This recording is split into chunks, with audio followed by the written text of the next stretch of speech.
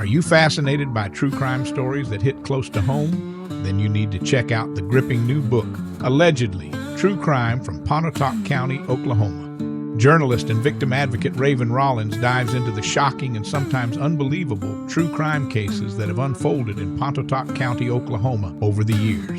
From vigilante justice in the Wild West to headline-grabbing trials of the last few decades, Allegedly uncovers the dark secrets lurking beneath the surface of the community.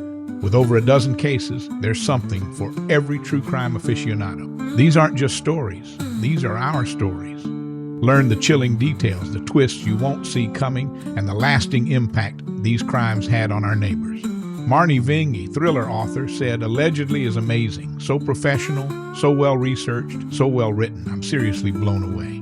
Don't miss your chance to read Allegedly, True Crime from Pontotoc County, Oklahoma. Available now on Kindle and Kindle Unlimited, and in paperback and traditional hardback at your favorite online store like Amazon, Books A Million, and Barnes & Noble. You can also click the link in the show notes to find a retailer or go to www.ravenrollins.com. Get your copy today.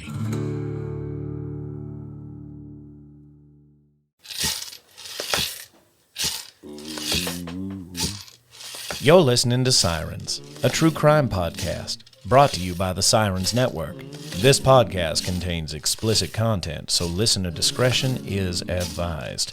The opinions expressed on this podcast are solely the views of the hosts and do not reflect the views of affiliates, associates, or sponsors of this podcast.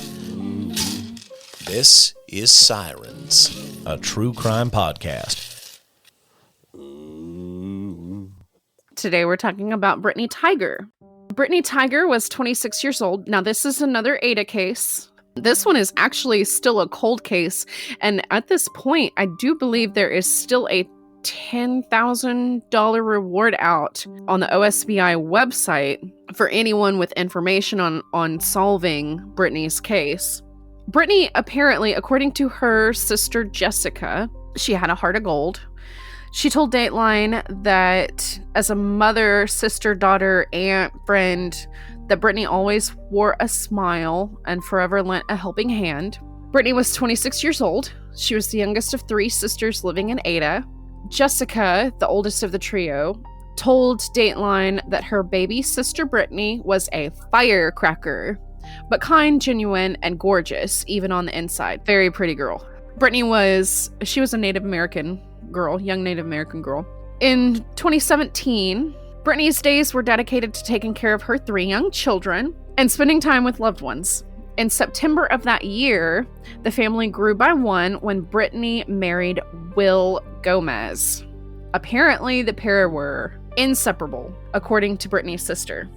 Britney and the kids moved in with Will, moved into his house, and this newly little formed family of five lived together in what friends described as a really happy home. But just a few months into the marriage, something happened. So on February 11th, 2018, the children are staying with their biological fathers, and Will would later tell the police that he and Britney took the opportunity to go to bed early and get a good night's sleep. Oh my God. But, and I get it, like, you're a parent, and maybe that's true, but... Not according to the text that she sent her mother at 11 o'clock that night. Do you remember what the text said? Oh, yes, I'm leaving Will. I'm going to Texas to stay with my sister. Right. And then an hour later, she's like, oh, never mind, I'm okay, I'm having problems with my phone. And apparently this isn't the first time that she had said, like, that she was gonna leave him anyway. Right. Anyway. At 3:30 a.m., according to Will, he woke up and found the space beside him in bed empty, and Britney was nowhere to be found.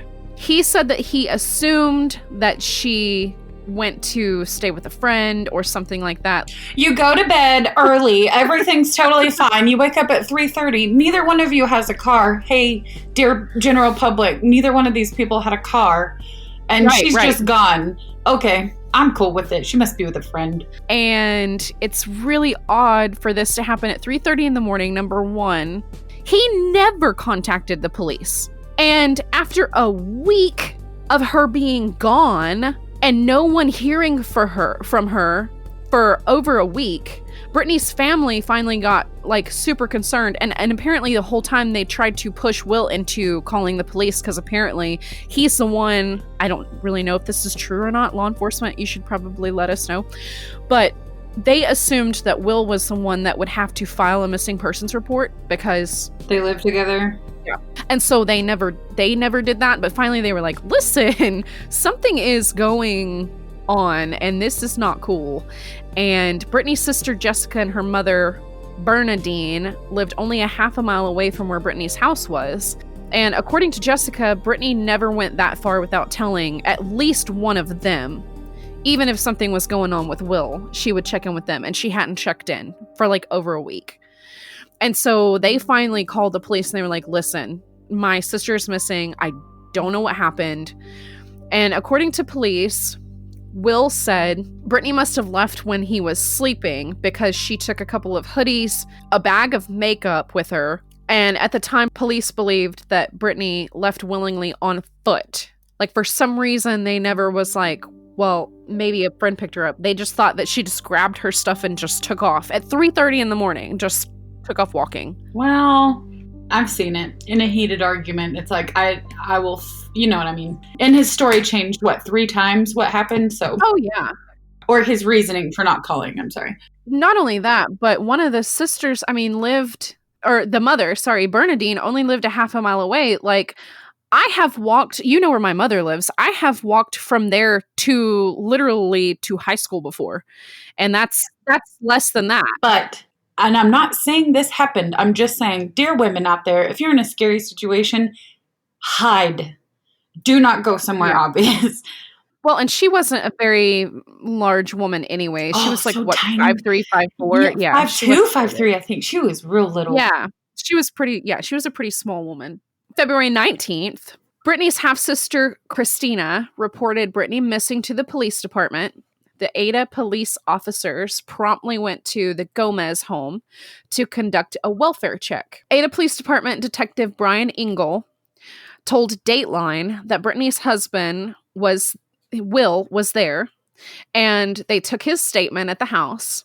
And according to police, Will said Britney, like I said, must have left when he was asleep. She took a couple of hoodies, took a bag of makeup, and they thought that, she just took off on foot because neither of them had a car. But Britney's family maintains that she would never have abandoned her children on her own accord, just like in the middle of the night without telling anybody where she's going.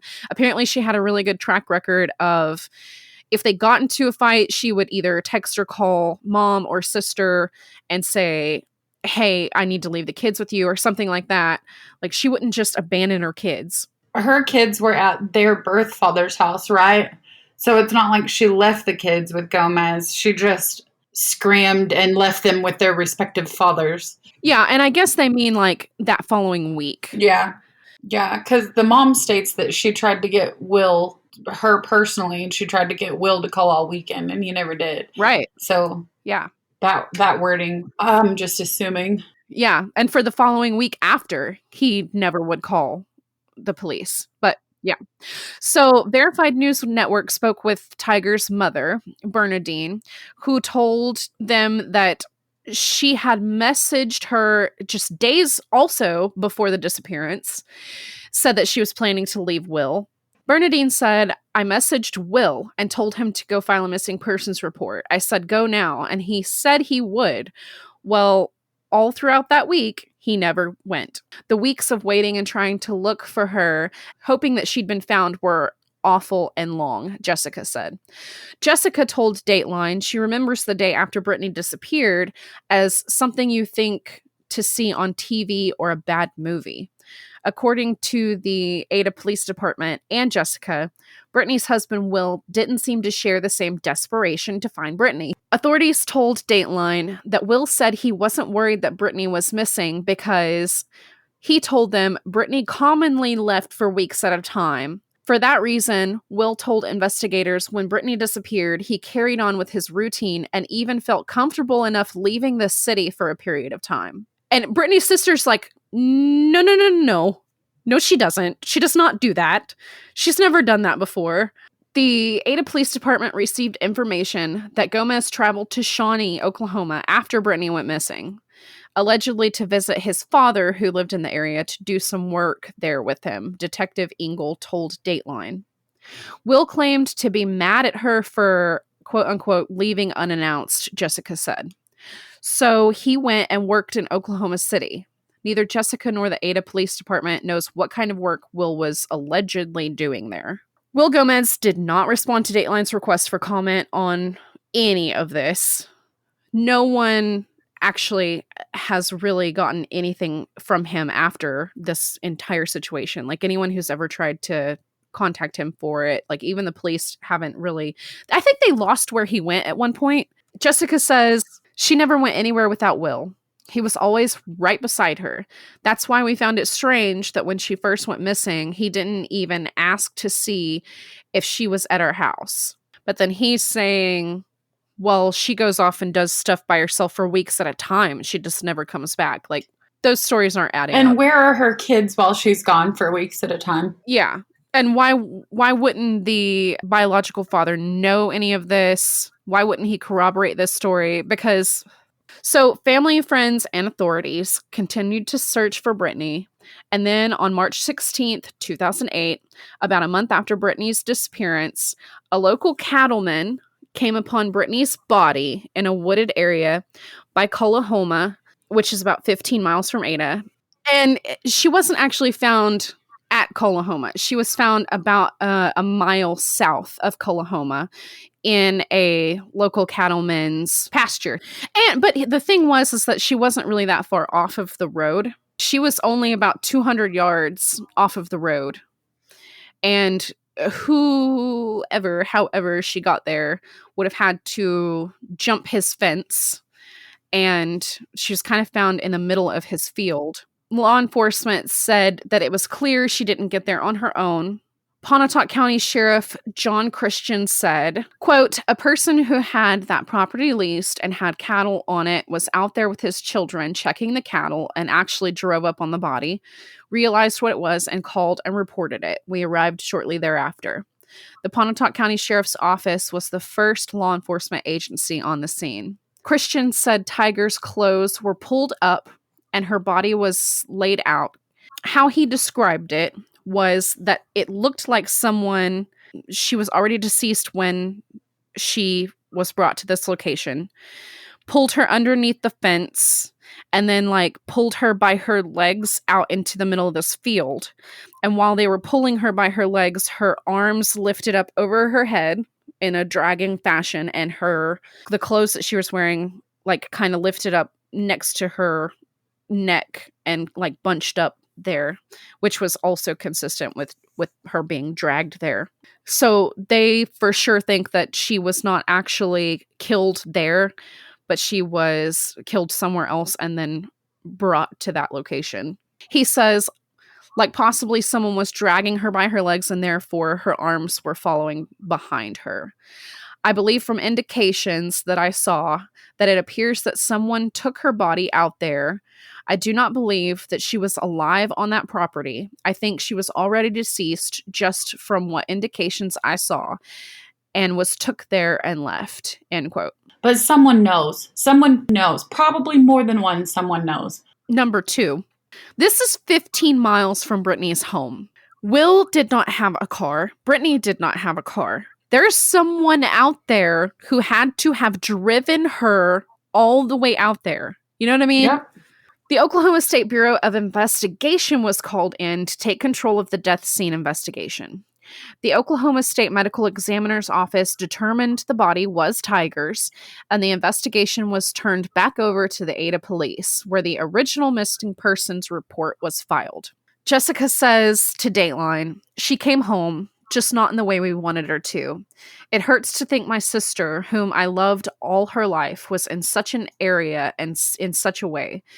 It was cold and rainy a lot during that time. An autopsy report released later that month states that the cause and manner of Britney's death is unknown. However, apparently there was meth found in her system. Her mom said her problems with drugs had been going on for a couple years. Yes, and the report also detailed how Britney was found lying on her back with her hands above her head. The body was already in a state of decomp.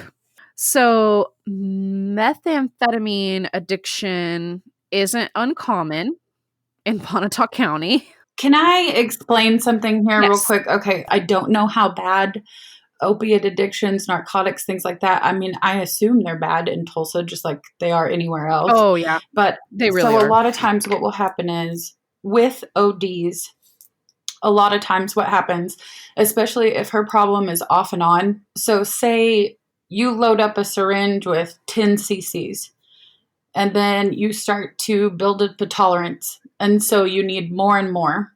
So when the time that you quit and you either hit rock bottom, you run out of money, nobody trusts you, you get in trouble, you have to go to drug court, whatever the turning point is, say you load 20 cc's, then you're clean. Say you're clean for 4 or 5 months. Then you fall off the wagon. Then you go right back to that same amount that you were using when you quit. But you forget that you built up to that amount. Right. And all of a sudden you've OD'd. Yeah. So all addictive drugs produce tolerance, and addicts compensate by increasing drug exposure. So the quantity of illicit drug ingested is related to the severity of addiction. We have qualitative but not quantitative tests for this because they're trying to develop treatment. So what that means is we can basically just measure yes or no, not how much you took or how much you require. Therefore, we can't accurately measure how much of anything is needed for a treatment plan, if that makes sense. We can't counterbalance it. So we're working on studying the pharmacology, but since it's hard or impossible to get exact measurements of all the ingredients. And so say like me and you could go get meth from 2 different people in 2 different states and none of the info would be the same. We could do the same amount, but my tolerance, if I've been using for 6 months, might be enough to kill someone else, Right. Yeah. That being said, carry on. It's just to let you know, like, you're around bad people and you're making bad life choices and you're doing lifestyle things that you normally wouldn't, and you can get in scary situations. And apparently the Ada Police Department felt the same way because Brian Engel told local media that the case would be treated as a homicide. They did not think that she had OD'd. He said, given the circumstances and that she was found deceased in a wooded area, we're treating the investigation as a homicide at this time. This was March 2018. Anyway, so about a year later, Engel told Dateline, there is no current evidence that a crime has been committed, and the case has not officially been classified as a homicide. Oh my God. Yeah, so here's what a year will do. They had no leads. This was recent. This was only a couple years ago. And we can't say if leads weren't followed appropriately. We can't say if this was on Ada PD or they just didn't have enough to go on. They weren't in charge of the scene. So if you're going to be Pontotoc County Sheriff's Department, you're going to turn something over to OSBI, give the body to the ME, and then backtrack and put the case over on Ada PD. I mean, what were they there? Did they see it? You're passing it off to all these different departments. Actually, I think it was Verified News Network that said in one of their articles, they did put that correlation together. Like, this has been passed off so many times, and we don't know if it's just for lack of communication. No, just trying to solve a crime off photos. You have to go there. You have to go out there. You have to look for tire marks. You have to look for drag marks. You know what I mean? You have to look for, what if a bobby pin came out of her hair or a bracelet came off? You're just hoping that the department before you did every single thing they could possibly do. Exactly. Yeah. Well, and to answer your question, apparently Ada has a public information director. Her name is Lisa Bratcher. She was interviewed by VNN, and her statement, she said, they're right now just interviewing different persons of interests and looking at different people. There's several people that fall into that category right now. Oh. Number one, we already know that there's a lack of communication. Number two, Ada PD is supposed to be their case. Yet the OSBI is the ones who literally just a couple months ago put out the $10,000 reward. So I don't know if that means the OSBI has retaken over that investigation since this article came out. In today's technology, this isn't like the cases that we've done in the past in 95 or even like 2008. GPS technology is insane nowadays. Every single person's phone has it. And you can even, for mine is an Android, you can just like log in with your email. But yeah, I mean, it'll track it within, I want to say 10 yards, like instantly. There's just no mention of it. Like it bothers me. The minute she went missing, I was like, okay, I'm going to look for her. You know what I mean? Because at the time, when she went missing, I didn't live there, but my friends traveled all over the state for work. And so I'm like, okay, this person, let's see who she is. And then I saw her face and I was like, oh, I know who that is. And so I looked up both profiles and I'm scrolling through there and she's just like selfie. Like, I don't think she could have gone very far without her phone. Women these days have to stay vigilant anyway. And even if you're not like that kind of person, like just me, I'm just like, I need my phone with me at all times so that I can press 911, like one button press 911. Noonlight app for sure. Yeah. I mean, your phones are important these days, especially for women and their safety. And you know what? If anybody out there knows what happened to her phone, where her phone is, freaking send us a message or something on our Facebook page. Send us some information. The police report states when Ada police interviewed Gomez initially, remember this is her husband, Will Gomez. He was flagged in the National Crime Information Center, that's NCIC, with a note for law enforcement to contact federal probation. The wonderful part is apparently a reason why was not given in that report. BNN did their own digging. They found out that this wasn't the first time a marriage to William Shelby Gomez ended with a crime. Gomez applied for a marriage license with his first wife, Angela, in Oklahoma City in June 2011. He was 19 years old at the time, and according to court records, on June 20th, the day the marriage certificate was recorded and returned to the couple, the pair robbed an Arvest bank in Choctaw, Oklahoma, of more than $7,000. Just that escalated quickly. That's like the epitome of that escalated quickly. Mm-hmm. Okay, so Angela Jones, she told investigators that Gomez shoved a shotgun into her side and forced her to take part in the robbery. He threatened to harm her parents if she drove away from the bank and left him there. She was basically telling the police that she had done this under duress. She did not want to have anything to do with it, but he literally shoved a gun in her face and was like, "You're gonna do this with me." But he threatened her. He said that he was going to go after her and her family, and you just don't know. Someone's nuts enough to go from husband to bank robber in 2 weeks. You're like, I really underestimated what this person's capable of. Well, and apparently that was the day that their marriage license was like returned to them. Right. Apparently, Will Gomez pled guilty to that whole shenanigan. He was sentenced to 50 months in federal prison and ordered to pay restitution along with 4 years federal probation after serving his prison time, which was set to end in February 2019. So, needless to say, his first wife filed for divorce in December 2013. I have an inkling that it was just because he did go to jail. We're going to fast forward a handful of years. Gomez and Tiger, they applied for their marriage license in April 2017. So he was out 2 years earlier than he was supposed to be. Anyway. Disgusting. But they didn't actually get married at that time. They reapplied a couple months later, and it's still unclear, at least as of this article, which was dated for a year ago, I believe. It's unclear up until that point if law enforcement even still had contact with Gomez, which you would think that they would in some way, because you would think that he would have a probation officer that he would have to check in with. Here's another quote from Miss Bratcher. So she said they would have his initial information when they did interviews early on, but I'm not sure. I don't have that information if they know as of right now where he is.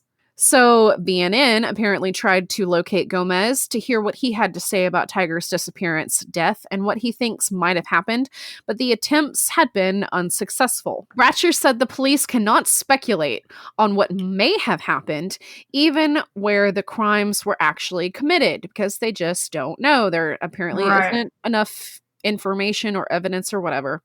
Yeah. Christian said that even if she did overdose, which has been unable to be determined, whoever played a role in Tiger's death will face several potential charges. Improper disposal of a body? Improper disposal of human remains. Also, maybe they're the ones who gave the drugs to her, so you may have a homicide. Christian said, you still have a homicide if they are the person who gave drugs to her that killed her. So there's a lot of things there that still need to be determined and looked at. Jessica, the sister, says she and her family held a closed casket ceremony soon after Britney's body was recovered. According to Jessica, the family feels grateful for the closure brought by bringing Britney home, but they continue to fight for justice. Okay, and she says, my sister's case is still ongoing. We haven't found answers, and every time we think we're on the right road to something, it's another dead end. We just want the truth. The Ada Police Department detectives told Dateline they continued to interview people in connection with Britney's case. Detective Engel told Dateline, information is being followed up on and it's being made available. The Ada Police Department continues to gather information in reference to Britney and follow up on it as it comes to light. I'm sure everybody would like to figure out what ultimately happened to Britney, so they're obviously going to keep interviewing and asking questions, Bratcher said. Tiger left behind 3 kids. Bratcher also says, I want people to know that our condolences are with her family, and if anybody has any information at all, to please contact the Ada Police Department. Both the police department and sheriff's office agreed that's the best shot they have of finding out the truth about what happened. Christian said he believes there's more than one person out there with answers. Christian says the person who took the body out there and left it, they know what happened. They know what they did, and I don't think that they did it alone. I think they had assistance in disposing of her body, and there's more than one individual that can come forward. So I 100% agree. Same. Okay, so if you happen to know anything at all, obviously you could call the Ada Police Department if you want to put it in their hands, or you can email the OSBI at tips@osbi.ok.gov. That's tips, TIPS, at osbi.ok.gov. Ada PD non-emergency. Everybody needs to know this anyway. The non-emergency number is 580-332-4466. Like, please don't call 911. Don't call 911. This is just if you just have information, don't call 911. Call that non-emergent line. With any one of those, you can remain anonymous. Just give tips. Give him anything you know, anything he said, anything she said. I mean, this is just it's a sad case. Anything will help, honestly, because this family needs answers. They want to know what happened to their sister, to their daughter, to their mother. She was a mother of 3 that she left behind, a young mother at that. It is so frustrating to know that at least one person knows what happened to her. I don't get it. How can you know what you've done to children and this entire family? How can you deal with police officers? Like, police officers have their own damn lives, their own lives and family and children. And yet they go to bed laying there at night, seeing what they've seen and going, honestly, what the hell happened to her? You just can't help but feel like you failed somebody. That would eat me alive. What you just heard was recorded and initially released back in 2020. With time comes information and honed storytelling. In my early days of podcasting, I was still learning how to cultivate information and was still building rapport with the medical examiner's office. Back in those days, when I was just starting out as a fresh podcast reporter, if I sent off for an autopsy report, it may have taken months to get it back, if at all. Now, it usually takes less than 24 hours. Needless to say, I'm better at acquiring information now than I was then. I didn't opt to re-record the episode because the facts and sentiment that I collected and reported on at the time still ring true. But I did want to update you on some information I learned after the episode aired. I had told you about the autopsy report, but I had not seen it for myself at that point. I have since ordered the report and would like to discuss some key points of interest. Listener discretion is advised. By the time Britney was found, nearly a month after she died, her body had already begun to mummify. The official autopsy listed her cause and manner of death as undetermined, but the finding leaves behind a trail of unsettling possibilities and raises critical questions. Britney was 26 years old, 5'3", and just over 100 pounds. She had undergone some surgeries, including a gallbladder removal and a hysterectomy. When her body was discovered, it showed clear signs of advanced decomposition. Maggots had already taken hold, tissue had begun to dry and harden, and parts of her skin were peeling. These changes severely limited what investigators could determine with certainty. For example, while the autopsy stated there were no skull fractures, intracranial hemorrhage, or neck bone breaks, it also admitted that decomposition made complete evaluation impossible. Simply put, trauma couldn't be completely ruled out, including strangulation. What we do know is this. Meth was found in Britney's liver at a concentration of 4.3 mcg per g, micrograms per gram, with 0.63 micrograms per gram of amphetamine, its metabolic byproduct. In life, those are potentially fatal levels, especially for someone of her weight and possible recent surgical history. The scary side of a meth overdose is that the body overheats. Hypothermia sets in. Organs begin to fail. Confusion comes in waves. Agitation turns into collapse. A person may strip off clothing, vomit, or convulse. The heart may eventually give out, and you might have seizures, a stroke, or a heart attack. But meth doesn't always kill through explosive, catastrophic failures to your systems. Sometimes it works like a slow boil. It raises the heart rate, spikes the blood pressure, floods the brain with dopamine, and pushes the body into overdrive until it simply can't keep up. It can sometimes be a peaceful passing, where you lay your head down, close your eyes like you're going to sleep, and your breathing simply stops altogether. It's a death that can look like many things, and in a decomposing body, the signs are often erased before they're ever found. In Britney's case, the autopsy didn't show the classic damage we sometimes see in overdoses. No hemorrhaging in the brain, no heart abnormalities, no foam in the airways. But those are details that decomposition may have obscured. The presence of frothy edema fluid in the lungs could suggest respiratory distress, a common element in stimulant overdoses. But that can also be a byproduct of decomposition itself. There were no needle marks reported, though again, mummification may have concealed them. Still, based on the drug levels and speed of absorption, smoking or injecting the meth seems most likely. Both methods deliver a fast and intense high, and a rapid crash that can end in death. And whether her death was accidental, intentional, or assisted, one thing is clear. We may never know the whole truth because her body was too far gone by the time help came.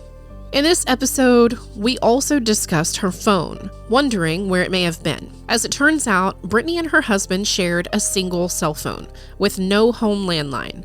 Will was often in possession of the phone, as he had to make frequent check-ins with his probation officer. It's unclear if he disallowed Britney to have her own, or they simply couldn't afford a second one. Will stayed in possession of the shared phone after Britney's disappearance, and even after her death. We also discussed how the police lost track of Will at one point, and apparently, that has been the case off and on for years. In 2021, a private investigator believed he had finally located where Will was staying, along with his vehicle. However, from what I understand, the police did not follow up on the information. Back in late 2018, Britney's disappearance and then death were another heartbreaking thread in the too familiar tapestry of missing and murdered Indigenous women. But behind the grief were whispers, rumors, witnesses who claimed to have seen or overheard some disturbing things. It was a name that I had heard before, Bodie Chance Starnes, the little brother of a schoolmate my age. But in early March 2020, it resurfaced with the kind of weight that could change everything. Law enforcement arrested Bodie Starnes, not for a murder, but for unlawful disposal of a body. Court documents and witness statements reveal this chilling tableau. Two people, Starnes and Britney's husband, William, were seen hauling a heavy suitcase from Britney's home around the time she went missing, placing it in Bodie's truck and leaving the residence. And one of those witnesses later reported that Starnes admitted involvement during an Alcoholics Anonymous meeting. VNN, a source of this original episode, obtained a copy of the probable cause affidavit, which outlines a series of alarming allegations about what may have happened to Britney. It alleges that William Gomez injected her with drugs, that Starnes and Will stuffed her body into a suitcase and carried it out of the apartment she shared with Will, and that a third, unnamed man may have actually strangled her. It was enough to secure an arrest for Starnes, but it fell short of the ultimate truth. No one, including Will, has been charged with homicide or any other related charges. Law enforcement continues to say the investigation remains open, that they believe more people were involved, and that Starnes is just one piece of the puzzle. In July of 2020, the Supreme Court ruled in McGirt v. Oklahoma that the state had no legal jurisdiction over crimes involving American Indians on tribal lands because Congress had never disestablished their reservations. To learn more about McGirt, check out my episode on it, or find it in my book, Allegedly, True Crime from Pontotoc County, Oklahoma. 5 days later, Starnes was charged with possession of contraband in the Pontotoc County Justice Center after being found with a shank. His case relating to Britney Tiger was dismissed in November 2020 for lack of subject matter jurisdiction over alleged crimes committed in Indian County, citing the McGirt v. Oklahoma ruling. In January of 2022, Starnes received 20 years in prison with all but 10 suspended and sometimes served for the shank.